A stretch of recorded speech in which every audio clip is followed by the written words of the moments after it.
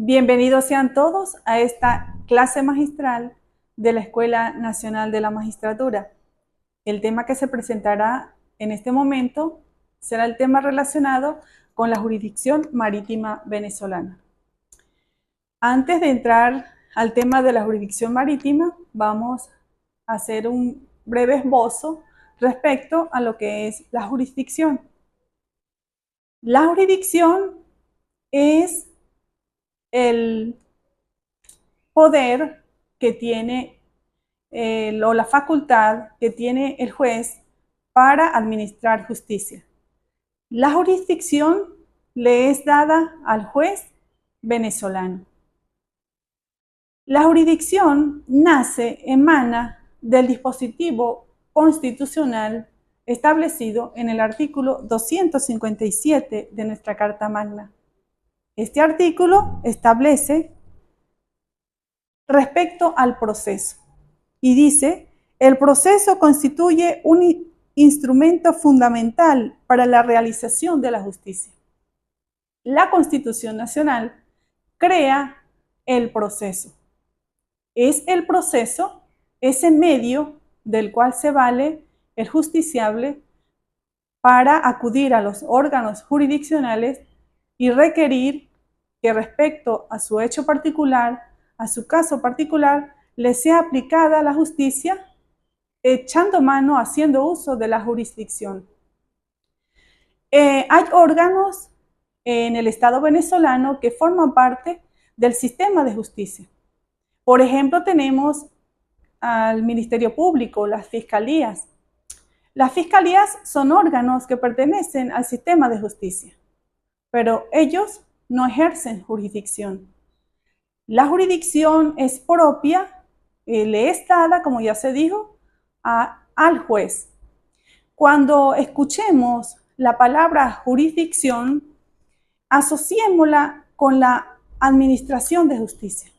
Esa administración de justicia que le es dada, que le ha sido otorgada a esa persona que representa al Estado venezolano, que es el juez. Ahora bien, la jurisdicción marítima en Venezuela emana de la Ley Orgánica de Espacios Acuáticos. Debemos tomar en cuenta que el Estado venezolano geográficamente, por así decirlo, ha sido bendecido o bendito por estar ubicado en una zona geográfica rica en mares navegables, ríos navegables e igualmente lagos navegables. Por lo tanto, se hace necesario la aplicación de normas que abarquen esa materia, lo que es la materia marítima, porque el Estado venezolano, la población venezolana se dedica también a la actividad marítima por tener esas facultades dadas por la naturaleza. Nace así la Ley Orgánica de los Espacios Acuáticos para regular y del cual nace esa jurisdicción marítima. Esta ley, en su artículo 1, establece que esta ley tiene por objeto regular el ejercicio de la soberanía, jurisdicción y control de los espacios acuáticos conforme al derecho interno e internacional, así como regular y controlar la administración de los espacios acuáticos, insulares y portuarios de la República Bolivariana de Venezuela. Esto está establecido en el artículo 1 de la Ley Orgánica de los Espacios Acuáticos. Es ahí donde nace la jurisdicción marítima venezolana. Ahora bien, haciendo énfasis al tema de la jurisdicción marítima, que como ya se dijo, la jurisdicción marítima está establecida en la Ley Orgánica de Espacios Acuáticos, y como ya se dijo que la Ley Orgánica de Espacios Acuáticos establece la jurisdicción tomando en cuenta dos aspectos fundamentales. ¿Cuáles son estos dos aspectos? El lugar geográfico y el buque. Es decir, el juez con competencia marítima ejerce su jurisdicción en un lugar geográfico, en un territorio marítimo especial, y a su vez ejerce jurisdicción en el buque. Pero respecto al buque, hay que hacer énfasis en que se ejerce jurisdicción en todos los buques, aquellos buques que están inscritos en el registro naval venezolano. Es algo muy llamativo de que el juez venezolano con competencia marítima, esa jurisdicción respecto al buque que está inscrito en el registro naval venezolano, la jurisdicción la ejerce aun cuando ese buque no se encuentre en territorio venezolano. La ejerce, esté donde esté el buque, la jurisdicción la tiene el juez venezolano. Eso en cuanto a la jurisdicción. Ya se habló de que la jurisdicción es el poder que tiene el juez investido de autoridad para ejercer y aplicar las normas y las leyes. Ahora bien, respecto a los tribunales creados a nivel nacional para abordar la materia marítima, en un principio la ley orgánica de espacios acuáticos estableció, o fue donde se estableció la creación de tribunales con esa competencia marítima. En un principio existían tres tribunales superiores con competencia marítima y 5 tribunales de primera instancia con competencia marítima. A partir del 25 de octubre del 2017, la Sala Plena dicta la resolución 0020, mediante la cual a nivel nacional se le da competencia en materia marítima a otros tribunales de la República. Dentro de esos tribunales a los cuales se les da esa competencia marítima se encuentra el Tribunal a mi cargo, el Tribunal Primero de Primera Instancia Civil del Estado Trujillo, que a partir de esa resolución del 2017 de la Sala Plena se le confiere esa competencia marítima. A partir de allí, este tribunal comienza a conocer causas relacionadas con la competencia marítima. Respecto a la competencia para los tribunales está establecida en el artículo, a partir del artículo 125 de la Ley Orgánica de los Espacios Acuáticos. Es necesario resaltar que la normativa aplicada para esta materia marítima es muy amplia. Existen diversas leyes que se aplican a la jurisdicción marítima, dependiendo de los procedimientos. Existen para los, ya más adelante lo explicaremos respecto a las competencias, respecto a las normativas que se aplican dependiendo del hecho que se dilucide en los tribunales. Hay diferentes normativas para ser aplicadas. En un principio se aplica la Ley Orgánica de los Espacios Acuáticos, que es de donde emana, como ya se dijo, la jurisdicción para ejercer en ese campo marítimo a los tribunales nacionales. Esos tribunales creados para abordar y para que se abocan a los asuntos marítimos, las competencias están establecidas en esta ley a partir del artículo 125 en adelante. Para los juzgados superiores civiles con competencia marítima, ¿por qué digo civiles? Porque los juzgados superiores que ya existían, juzgados superiores civil, mercantil, tránsito, a esos tribunales superiores se les dio esa competencia adicional de conocer en materia marítima. Estos juzgados superiores civiles que conocen en materia marítima tienen la siguiente competencia. Dice el artículo 125. Los jueces superiores marítimos tienen competencia sobre todo el espacio acuático e insular nacional y sobre los buques inscritos en el registro naval venezolano, independientemente de la circunscripción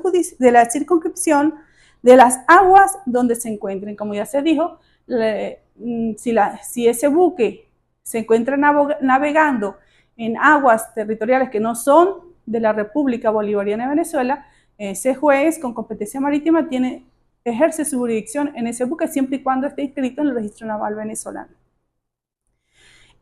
Continúo con el 125, en la primera parte. El Tribunal Superior Marítimo es unipersonal y ahí esa parte hace referencia a cómo es designado el juez, cuáles son los requisitos para su designación y para ejercer el cargo como juez superior marítimo. Ahora bien, el artículo 126 establece las competencias del Tribunal Superior Marítimo, que en general las competencias que ejerce ese Tribunal Marítimo son resolver los recursos de apelación que se ejercen en los tribunales de primera instancia con competencia marítima, resolver los recursos de hecho que se ejerzan respecto a las apelaciones no escuchadas en los tribunales de primera instancia, resolver toda acción o cualquier circunstancia o respecto a los asuntos que se puedan presentar de apelación de cualquier auto o resolución que dicte primera instancia, le compete resolver a esos tribunales superiores civiles. De las decisiones que dicten los tribunales superiores marítimos, de esas sentencias, se escucha el recurso de casación que se ejerce ante el Tribunal Supremo de Justicia. Respecto a la competencia de los tribunales de primera instancia con competencia marítima, el artículo 127 hace referencia a la designación de los jueces para ejercer el cargo en esos tribunales de primera instancia marítima, sus condiciones, su nivel de preparación, su nivel de profesionalización para ejercer ese cargo como jueces de primera instancia. Y el artículo 128 de la Ley Orgánica de los Espacios Acuáticos establece la competencia de los tribunales de primera instancia. Establece 18 ordinales o 18 numerales en cuanto a las competencias de los tribunales de primera instancia. Dice así el artículo 128.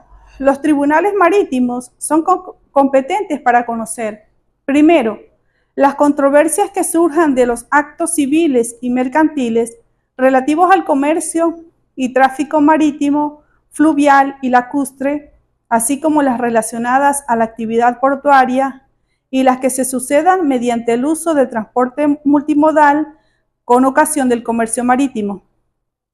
Segundo, las acciones dirigidas contra el buque, su capitán, su armador o su representante, cuando aquel haya sido objeto de medida cautelar o embargo preventivo. Tercero, los casos que involucren a más de un buque y que alguno fuere de matrícula nacional o cuando resulte aplicable la legislación nacional en virtud del contrato o de la ley o cuando se trate de buques extranjeros que se encuentren en aguas jurisdiccionales de la República.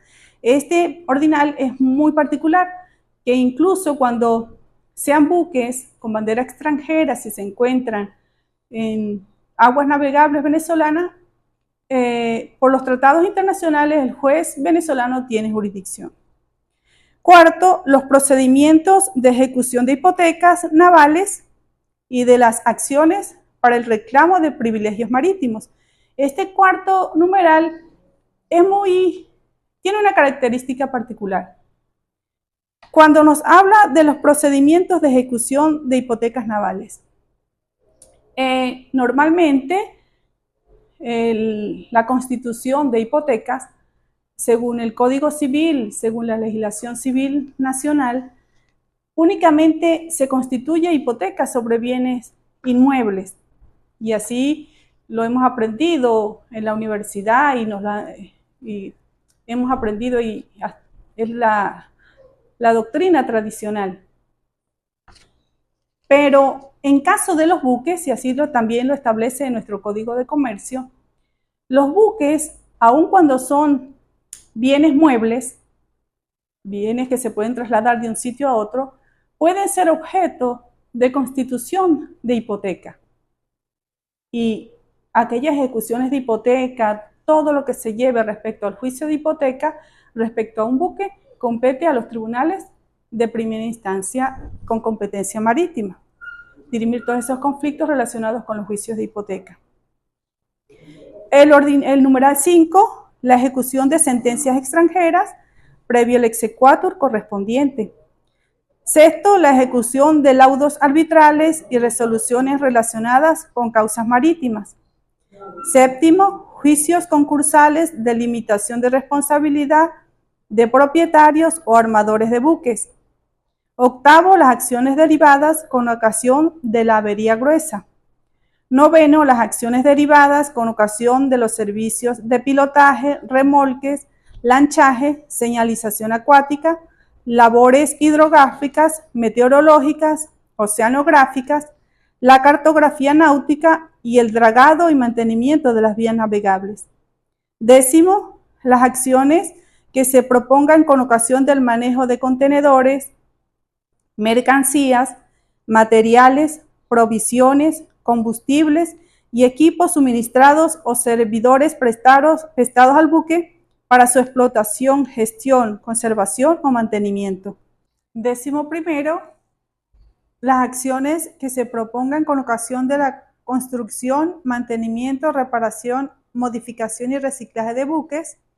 Décimo segundo, las acciones que se propongan con ocasión de primas de seguro, incluidas las cotizaciones de seguro mutuo, pagaderas por el propietario del buque o el arrendatario a casco desnudo o por cuenta en relación con el buque.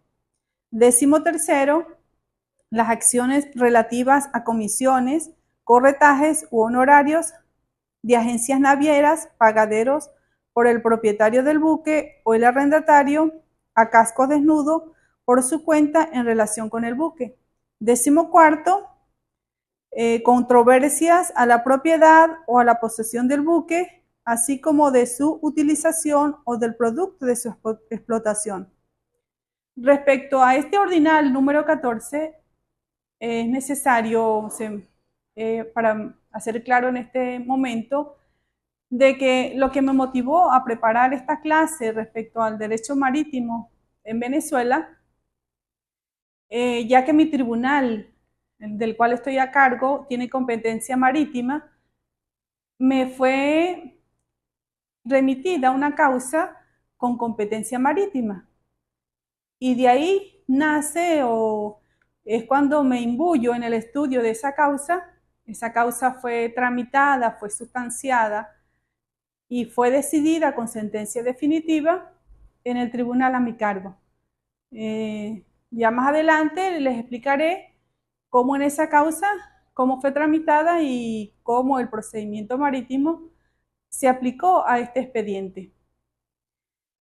Y el motivo en esa causa se estableció o fue el demandante la interpuso, cuyo motivo era ese ordinal número 14 del artículo 128, referente a las controversias a la propiedad o posesión del buque.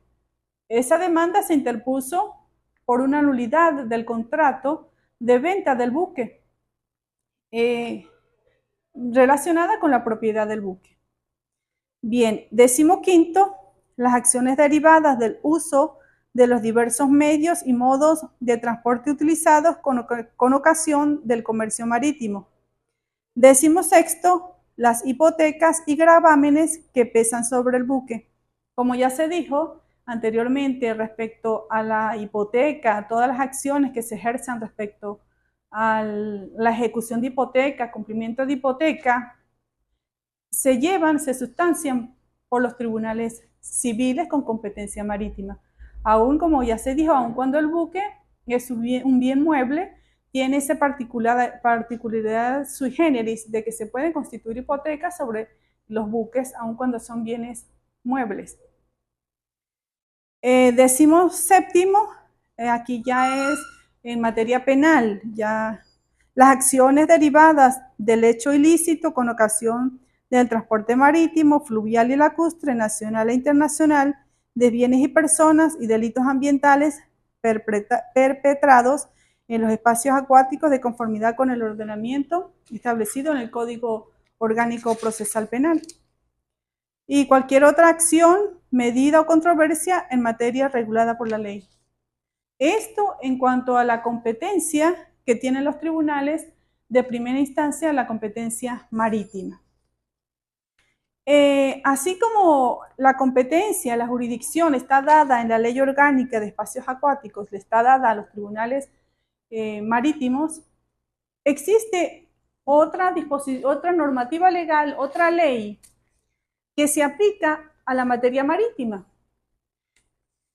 Esta ley establece el procedimiento marítimo, se llama Ley de Procedimiento Marítimo, publicada en Gaceta Oficial del 13 de noviembre del 2021. El número de la Gaceta es 5554. Esta ley hace también mención a lo que es la jurisdicción marítima venezolana y a la vez hace referencia también a la competencia. En los artículos 6 y 7 de esta ley hace referencia, además de las competencias que ya citamos en los artículos 125, 126 de la Ley de Espacios Acuáticos, también existen aquí otras competencias. No otras, sino que se le agregan otras competencias más a los tribunales de primera instancia. Establece el artículo 6. Corresponde a los tribunales en primera instancia conocer de todos los asuntos, actos, cuestiones y recursos que le atribuye a la ley de espacios acuáticos. Asimismo, conocerán de las acciones de amparo constitucional. Los tribunales de primera instancia con competencia marítima tienen la competencia de conocer todos los amparos constitucionales que se interpongan relacionados con la materia marítima. Amparo constitucional que se susciten en la materia de su competencia, que no se correspondan con la jurisdicción contenciosa administrativa. En la sustanciación y decisión de dichos procesos, los tribunales de primera instancia de lo marítimo aplicarán en sus casos las normativas establecidas en las leyes especiales respectivas. Esto respecto a la Ley Orgánica de Garantías y Derechos de Amparos Constitucionales. Cualquier amparo se sustancia la competencia del Tribunal Marítimo de primera instancia y se lleva por la Ley de Amparo. E igualmente el artículo 7 de la Ley de Procedimiento Marítimo establece respecto a la competencia de los tribunales superiores con competencia marítima, establece los tribunales superiores marítimos conocerán en alzada los recursos de impugnación y demás actuaciones que se realicen contra las decisiones, autos y providencias dictadas por los tribunales de primera instancia en lo marítimo, en las materias que les son propias, salvo la competencia atribuida al Tribunal Supremo de Justicia. Bien, eso respecto a la competencia. A continuación, pasaremos a explicar el procedimiento marítimo. Bien, antes de entrar a hablar lo que es el procedimiento marítimo, es necesario resaltar lo establecido en nuestra Constitución Nacional respecto a lo que es el proceso. El artículo 257 constitucional establece que el proceso constituye un instrumento fundamental para la realización de la justicia. Las leyes procesales establecerán la simplificación, uniformidad y eficacia de los trámites y adoptarán un procedimiento breve, oral y público. No se sacrificará la justicia por la omisión de formalismos o formalidades no esenciales. Este artículo 257 establece que el proceso constituye el instrumento del cual echa mano el justiciable venezolano o todo ciudadano venezolano que necesita o requiere resolver algún conflicto. Está establecido el proceso en la Constitución Nacional. ¿Qué quiere decir esto? De que nadie puede hacerse justicia por su propia mano. Debe enmarcar su conducta, enmarcar las exigencias del hecho que pretende reclamar o que se le cumpla, debe echar mano, debe encaminarse en un proceso. Y como ya se dijo, en ese proceso existen los órganos jurisdiccionales que le van a escuchar y tramitar ese reclamo. Ya habiendo hablado de lo que es el proceso, vamos como se dijo, hablar de lo que es el procedimiento marítimo. Nuestra legislación nacional en materia marítima, para resolver esos problemas, esas situaciones para las cuales tiene competencia los tribunales marítimos, creó o diseñó un procedimiento especial. En nuestra legislación nacional existen diferentes procedimientos. De acuerdo al ordenamiento, existen leyes generales o leyes ordinarias y, a su vez, leyes especiales que regulan materias especiales. Por ejemplo, existe para regular todo lo relacionado al derecho común, está el Código Civil y existe el procedimiento ordinario. Para aquellos procedimientos que no tienen un procedimiento especial, se tramitan por el procedimiento ordinario. Pero a su vez se han creado distintas leyes que se aplican a procedimientos especiales. Así tenemos, por ejemplo, la ley de locales comerciales que se aplican a todas aquellas relaciones emanadas de contratos de arrendamiento respecto a locales comerciales. Existe la ley de vivienda para tramitar todo lo relacionado a los problemas suscitados con el arrendamiento de viviendas. Y así otras leyes especiales. Igualmente, en nuestro Código de Procedimiento Civil está establecido diferentes procedimientos. Está establecido el procedimiento ordinario, está establecido el procedimiento breve y, a su vez, este Código de Procedimiento Civil establece procedimientos especiales. Por ejemplo, procedimiento para los juicios de hipoteca, que son procedimientos especiales, procedimiento para los juicios de intimación, procedimiento para los juicios de quiebra, procedimiento para la preparación de la vía ejecutiva, procedimientos de divorcio. Son procedimientos especiales que están ahí establecidos en el Código de Procedimiento Civil. Pero además de ello, nuestro legislador ha creado leyes especiales y esas leyes crean procedimientos especiales. Así se creó la Ley de Procedimiento Marítimo. Como ya se había dicho anteriormente, el 13 de noviembre del 2001, de la Gaceta número 5554. Es esta Ley de Procedimiento Marítimo la que va a establecer el canal, la vía mediante el cual se van a tramitar todos los juicios y todas las causas en materia marítima. Bien, el procedimiento marítimo se inicia mediante demanda y se tramita por el procedimiento oral establecido en el artículo 859 y siguiente del Código de Procedimiento Civil. El procedimiento marítimo, como ya les dije, se inicia mediante una demanda. Esta demanda debe reunir todos los requisitos que establece el artículo 340 del Código de Procedimiento Civil. Debe indicar nombre del demandado, nombre del demandante. Vamos a hacer una lectura breve de los requisitos.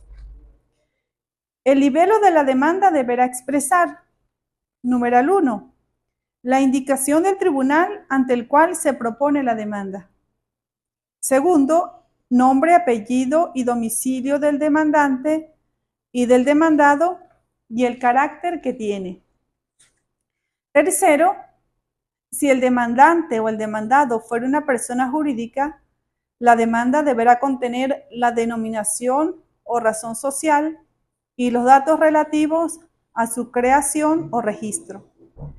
Cuarto, el objeto de la pretensión, el cual deberá determinarse con precisión, indicando su situación y linderos, si fuera inmueble, las marcas, colores o distintivos, si fuere semoviente, los signos, señales y particularidades que puedan determinar su identidad, si fuere mueble, y los datos, títulos y explicaciones necesarios si se trata de derechos u objetos incorporales. Quinto, la relación de los hechos y los fundamentos de derecho en que se base la pretensión con las pertinentes conclusiones. Sexto, los instrumentos en que se fundamente la pretensión, esto es, aquellos de los cuales se derive inmediatamente el derecho deducido, los cuales deberán producirse con el libelo. Séptimo, si se demandare la indemnización de daños y perjuicios, la especificación de estos y sus causas. Octavo, el nombre y apellido del mandatario y la consignación del poder. Noveno, la sede o dirección del demandante, a qué se refiere el artículo 174. Respecto al ordinal octavo, cuando dice el nombre y apellido del mandatario y la consignación del poder, ya más adelante vamos a hacer referencia a una particularidad del procedimiento marítimo respecto al poder del mandante. Bien, el artículo 8 de la Ley de Procedimiento Marítimo establece que el procedimiento marítimo, cualquiera sea su cuantía, se desarrollará en forma oral. Como ya se dijo, se tramitará por el procedimiento oral establecido en el artículo 859 del Código de Procedimiento Civil, con las particularidades que establece la Ley de Procedimiento Marítimo. Hay unas particularidades que no se llevan tal cual como lo establece el procedimiento oral, sino que nos remitimos a la Ley de Procedimiento Marítimo. Aplicando los principios de la brevedad, concentración, inmediación, gratuidad y publicidad, conforme a las disposiciones contenidas en el libro cuarto, título 11º del Código de Procedimiento Civil, con las modificaciones señaladas en este capítulo. Eso es lo referente al procedimiento oral. Bien, esta demanda, como ya se dijo, debe ser una demanda de manera escrita, que reúna los requisitos del 340. Con esa demanda, el accionante, como se va a tramitar por el procedimiento oral establecido en los artículos 859 y siguientes, requiere que el demandante con su demanda acompañe todas las pruebas de las que se va a hacer valer en el juicio. Es la única oportunidad que tiene el demandante para acompañar todas las pruebas. Y en el escrito de demanda, si ese demandante va a promover testigos, debe indicar la identificación de los testigos y su domicilio. Igualmente, respecto a las posiciones juradas, si va a promover posiciones juradas, debe hacerlo o promoverlo con el escrito de demanda. Es su única oportunidad, porque así lo establece el procedimiento oral, que es la única oportunidad que tiene el demandante para presentar las pruebas. Lo va a presentar con su escrito de demanda.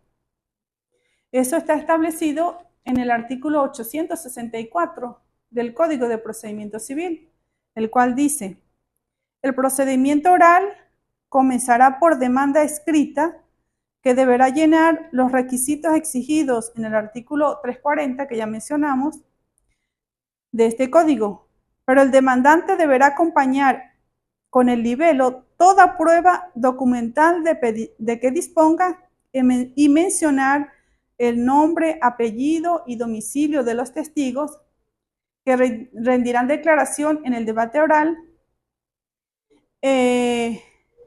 Si va a promover posesiones juradas, como ya se dijo, y para la evacuación, como ya se conoce, ¿verdad? La evacuación de los testigos y de las posiciones juradas, eso se evacuarán en la audiencia de juicio, en su debida oportunidad. Igualmente,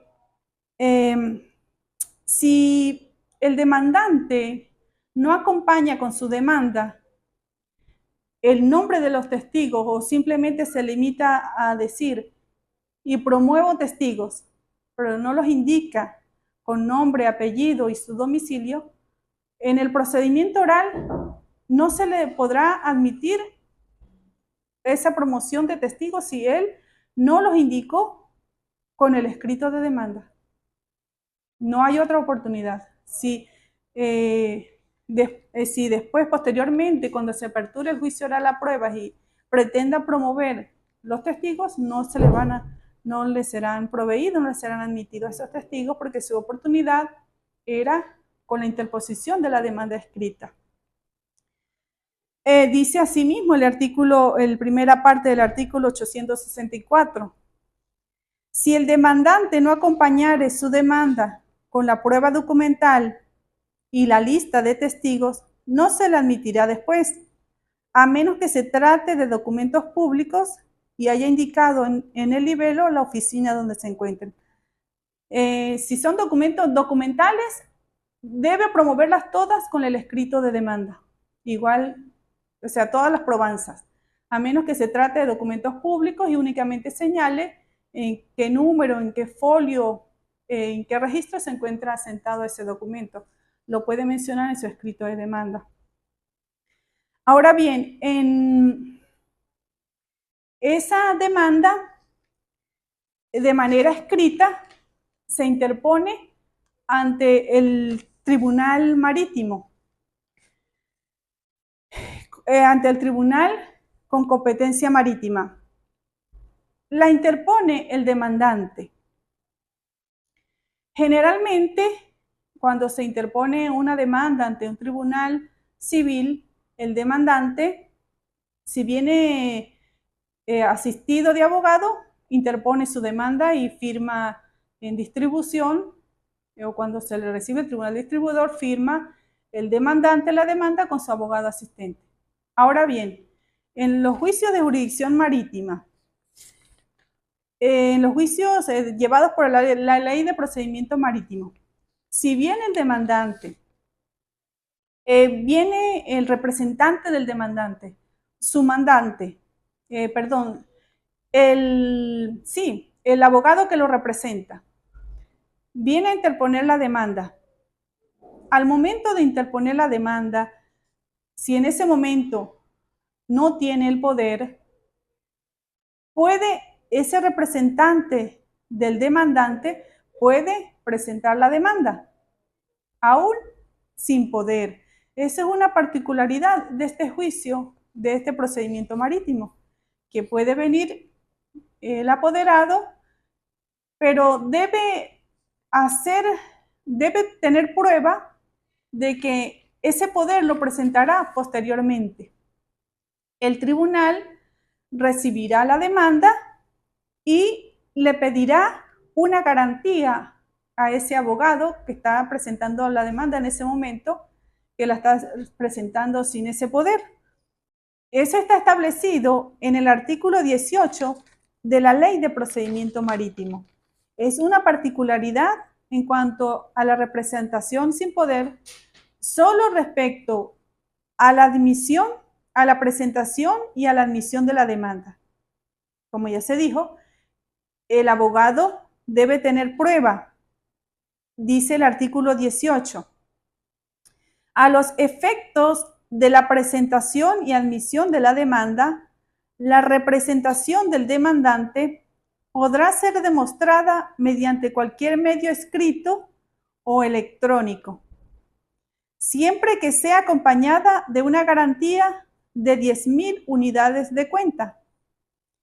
Dentro de los 10 días siguientes a la admisión de la demanda, se consignará el original del instrumento que acredite la representación que le ha sido conferida con las formalidades de ley.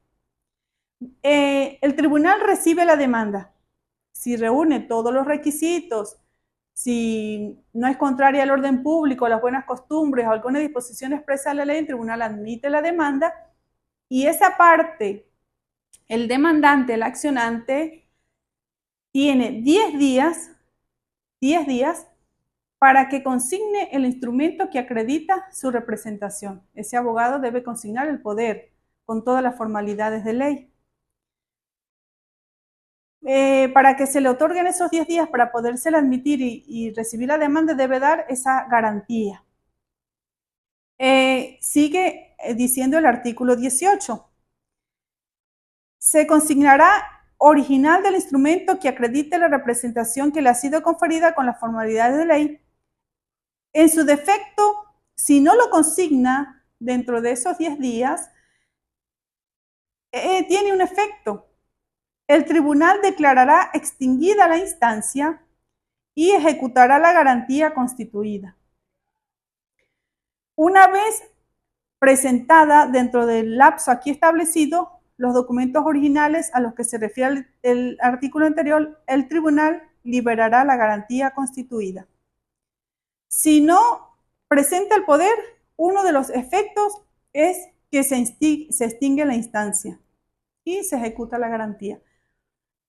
Pero es un punto muy particular que establece esta ley. El demandante o su apoderado puede acudir al órgano jurisdiccional, interponer la demanda y en ese momento en que interpone la demanda escrita, puede que no traiga el documento registrado, notariado o legalizado si viene del extranjero. Se le otorgan 10 días, da la garantía, se le otorgan los 10 días y dentro de esos 10 días debe consignar el poder que lo acredita como representante del demandante. Eso es una de las particularidades que tiene esta ley de procedimiento marítimo. Ahora bien, respecto a la citación del demandado.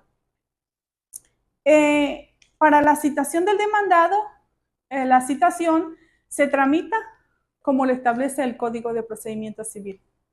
La citación conforme con todas las formalidades que establece el Código de Procedimiento Civil. Ahora, el artículo 17, respecto a la citación, el artículo 17 de la Ley de Procedimiento Marítimo establece otra particularidad respecto a la citación. La citación, normalmente, como lo conocemos en los juicios civiles que se tramitan, la citación debe ser entregada al demandado. Eso es lo que comúnmente en derecho común se practica. La debe recibir el demandado, debe firmar la citación el demandado. Pero esta ley en su artículo 17 establece lo siguiente. Además de las formas de citación establecidas en el Código de Procedimiento Civil, la citación en los casos de acciones derivadas de créditos marítimos o privilegiados podrá llevarse a efecto entregándose a cualquier tripulante que se encuentre a bordo del buque, en presencia de 2 testigos. Vemos aquí cómo la citación se le puede dar a cualquier tripulante del buque y en presencia de 2 testigos. Ahora bien, resulta, es necesario que nos hagamos la siguiente interrogante. Si ese tripulante se encuentra fuera del buque, que no se encuentre a bordo, ¿será válida esa citación si se practica fuera del buque, pero forma parte de la tripulación? La respuesta es sí. Se puede practicar la citación de ese tripulante en presencia de dos testigos. Una particularidad muy importante en este procedimiento marítimo. Ahora bien, en ese procedimiento marítimo, como ya dijimos, se sustancia por el procedimiento oral. Una vez citado el demandado, corresponde dar su contestación. La contestación se da según lo establecido en el Código de Procedimiento Civil, artículo 865.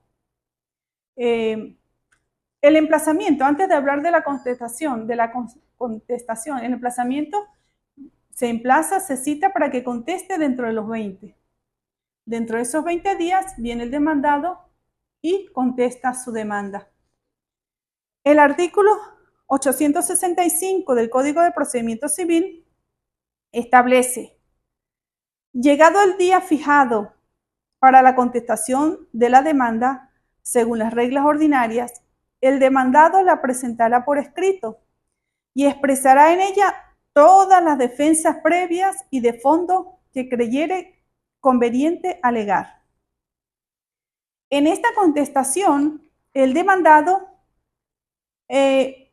debe presentar todos sus alegatos en este momento de la contestación. Igualmente, es la única oportunidad que tiene para presentar sus pruebas. Así como el demandante tuvo con la demanda la única oportunidad para presentar todas sus pruebas con el escrito de demanda, el demandado en la contestación debe contestar, hacer todos sus alegatos y a su vez promover todas las pruebas de las cuales quiera hacerse valer. Es esta la oportunidad para presentar todas sus pruebas. Igual, si va a promover testigos, esta es la oportunidad. Debe promover sus testigos con nombres, apellidos, domicilios. Igual, si va a promover posiciones juradas. Esta es la única oportunidad. Como es un procedimiento oral, en esa contestación debe hacer todos sus alegatos. Si el demandado va a reconvenir, es este el momento, presenta, contesta la demanda, reconviene, incluso si va a oponer cuestiones previas, lo debe hacer en este escrito también. Debe contestar al fondo, reconvenir si quiere reconvenir, oponer las cuestiones previas que pretenda interponer, hacer llamado a terceros, lo debe hacer aquí, todo lo debe hacer en este momento de la contestación. No hay otra oportunidad. Ahora bien, si continuamos con el artículo 865, dice en la primera parte: el demandado deberá acompañar con su escrito de contestación toda la prueba documental de que disponga y mencionar el nombre, apellido y domicilio de los testigos que rendirán declaración en el debate oral. Si el demandado no acompañare su contestación con la prueba documental y la lista de testigos, no se le admitirán después, a menos que se trate de documentos públicos y haya indicado en el escrito de contestación la oficina donde se encuentre. En ese momento de contestar, debe hacer todos sus alegatos y presentar todas sus pruebas de las cuales se quiera hacer valer el demandado. Ahora bien, en el juicio, como estamos hablando del juicio de procedimiento marítimo,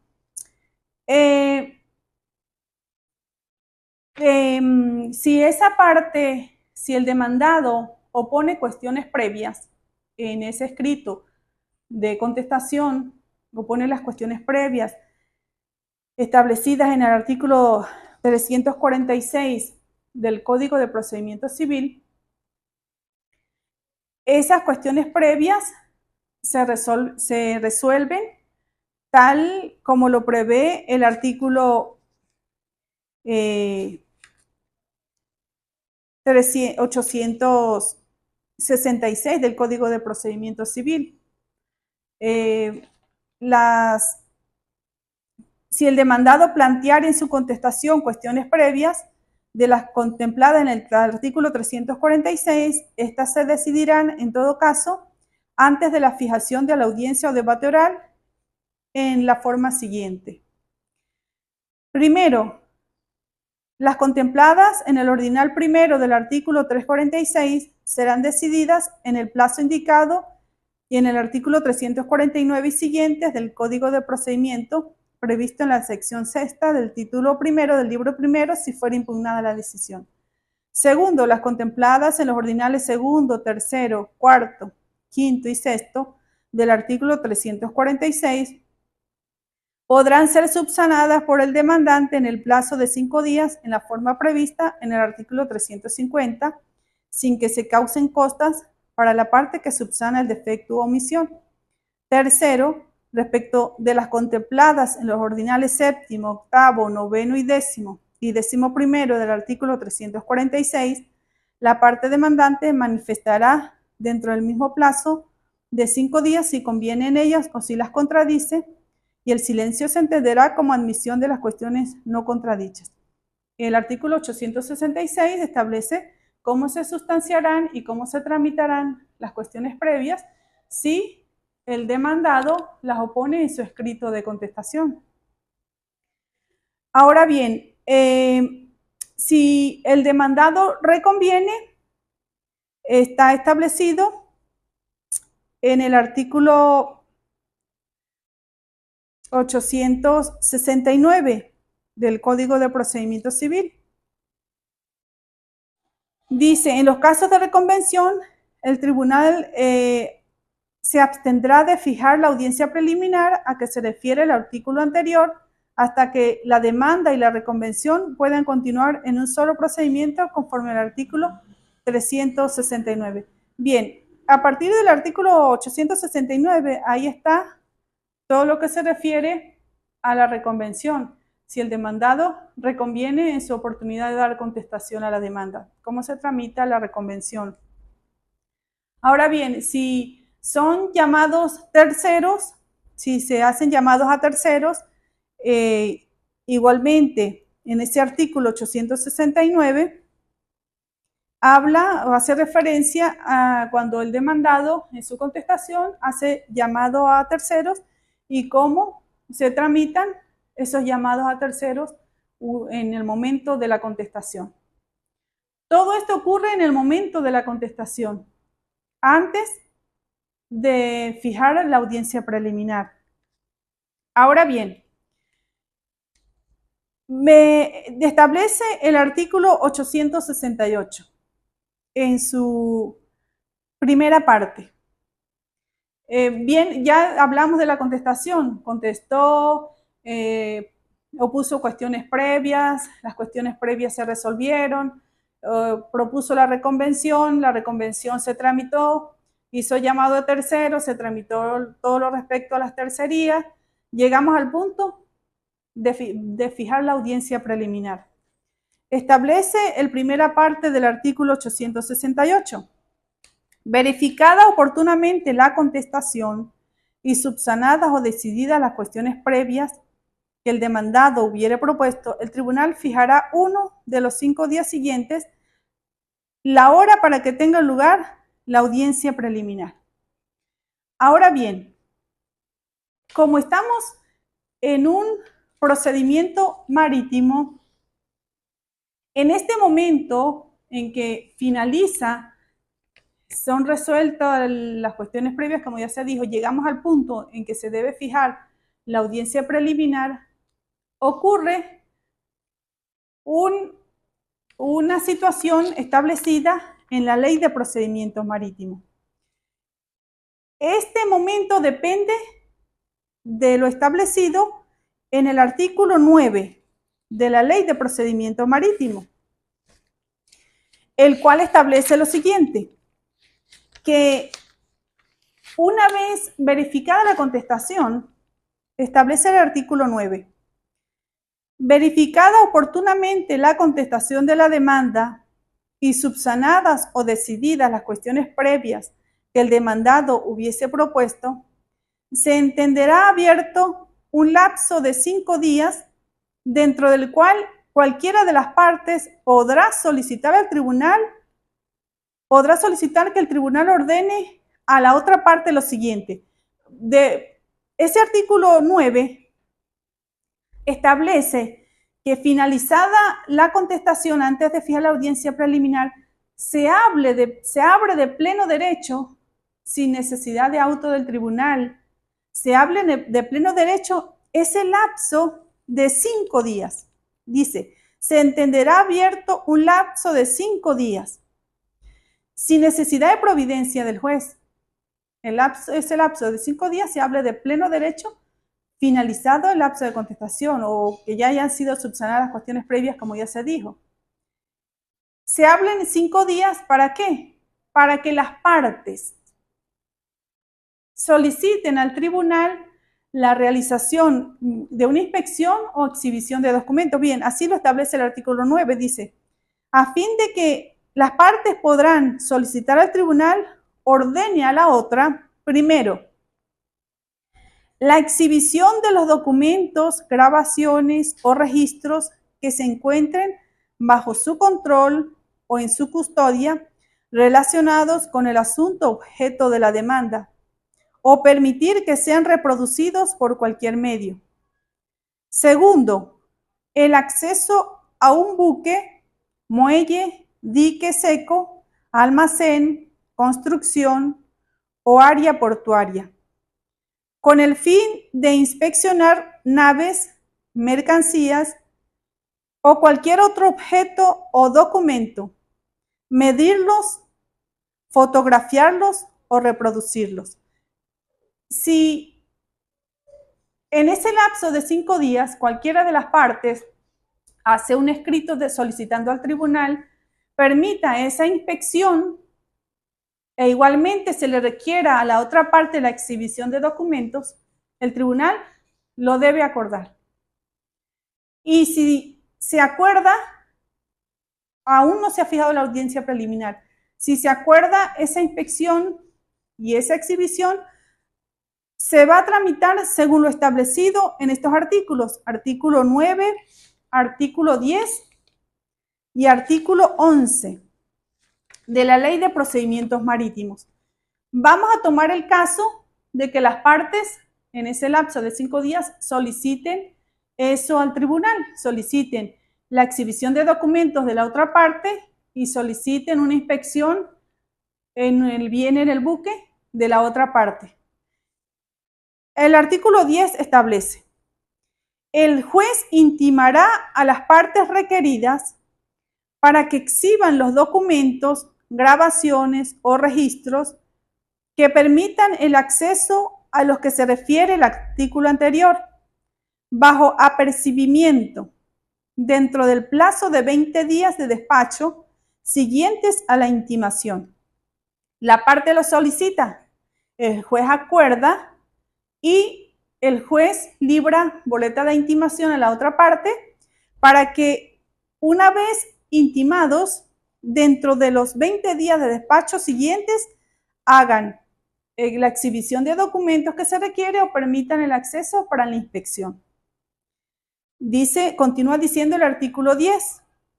Este plazo podrá ser prorrogado por el acuerdo de las partes o por causa justificada a juicio del tribunal. Dentro de los primeros 5 días del referido plazo, estamos en el plazo de 20 días. De los primeros 5 días, dentro de esos 20, la parte requerida, o sea, la parte a la que se haya intimado, podrá oponerse a todo o a parte del objeto de la intimación por razones de legalidad, impertinencia o de orden público.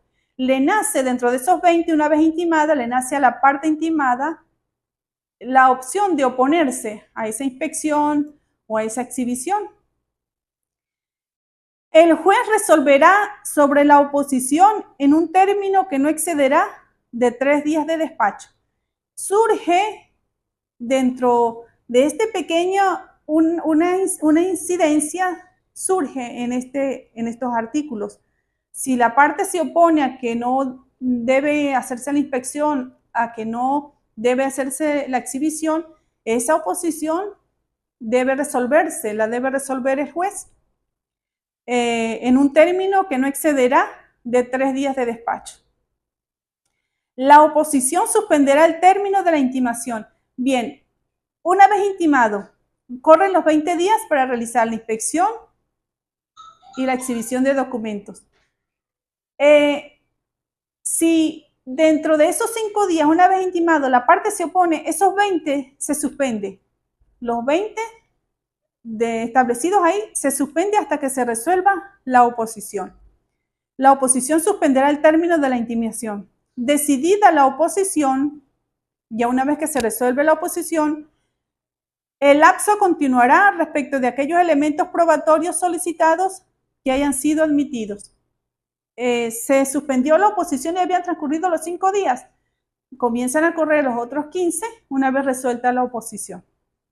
El artículo 11 establece, dentro de los 5 días de despacho siguientes, una vez que el tribunal haya resuelto lo que es la inspección, la exhibición de documentos, y se haya dado alguna incidencia de oposición a esto, y el juez haya dictado la respectiva resolución, el juez, una vez que se haya tramitado esto, debe dictar un auto, en el cual, en ese auto, debe estar establecido lo que dice el artículo 11. Establece este artículo: dentro de los 5 días de despacho siguientes a la declaratoria del tribunal de haber concluido las diligencias a que se refieren los artículos 9 y 10, el tribunal debe dictar un auto declarando concluidas las diligencias a que se refieren los artículos 9 y 10. Un auto declarando concluidas. Una vez que el tribunal dicte ese auto, declarando concluidas las diligencias de los artículos 9 y 10, el demandante, una particularidad muy importante que tenemos que tomar en cuenta en este procedimiento marítimo. Nuestra legislación nacional prevé, o sea, en procedimientos civiles, que el demandante puede reformar la demanda. Anteriormente estaba establecido de que puede reformar la demanda por una sola vez, pero por jurisprudencia el demandante puede reformar su demanda por más de una vez. Ahora, en los procedimientos marítimos existe otra particularidad. En el artículo 11 dice: dentro de los 5 días de despacho siguientes a la declaratoria del tribunal de haber concluido las diligencias a que se refieren los ordinales 9 y 10, el demandante podrá reformar su demanda. En ese supuesto, el demandado podrá contestar la reforma dentro de los 5 días de despacho siguientes al vencimiento del término concedido para la reforma de la demanda. El demandante reforma su demanda y el demandado debe contestar la reforma dentro de los 5 días siguientes.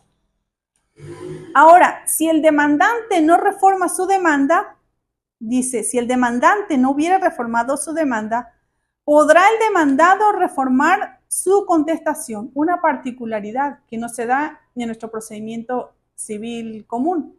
El demandado puede reformar su contestación.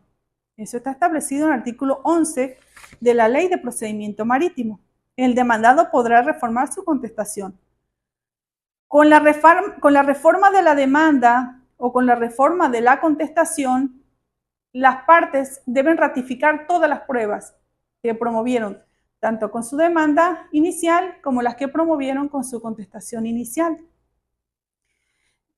Deben ratificar todas las pruebas documentales presentadas originalmente, la lista de testigos que rendirán declaración en el debate oral, así como presentar los documentos adicionales que pretendan hacer valer, los nombres y domicilios de los nuevos testigos. Debemos resaltar esto también. Este ordinal 11, el demandante para promover testigos lo debe hacer con su escrito de demanda y el demandado con su escrito de contestación. Debe promover testigos en esa oportunidad. Pero el artículo 11 de esta ley prevé que los testigos también se pueden, si hay nuevos testigos, los puede presentar con su reforma de demanda. Y el demandado, si hay nuevos testigos, los puede presentar estos nuevos testigos con su reforma de contestación. Vemos aquí algo muy particular de este procedimiento marítimo. Las pruebas documentales que no fuesen presentadas no se admitirán después, a menos que se trate de documentos públicos y se haya indicado la oficina donde se encuentre. Vemos así cómo respecto a los testigos, aun cuando se es taxativo de que únicamente se debe promover con el escrito de demanda y con el escrito de contestación, le nace aquí a las partes, si se da esta particularidad de este momento, le nace esa oportunidad de promover nuevos testigos y para ser evacuados en la audiencia, la audiencia o debate oral. Ahora bien, si no se da finalizada la contestación, tramitadas las cuestiones previas, retrotraemos un momento atrás. Contestada la demanda, resuelta todas las cuestiones previas, la reconvención, las tercerías. Si las partes no hacen la solicitud que establece el artículo 9, que es la solicitud al tribunal que permita la exhibición de los documentos a la otra, intimándola, o permita una inspección intimando a esa otra parte. Si no se da esa solicitud de las partes en esos 5 días, si no se da esa solicitud, se sigue el trámite del procedimiento por el procedimiento oral. ¿Qué seguiría en ese momento?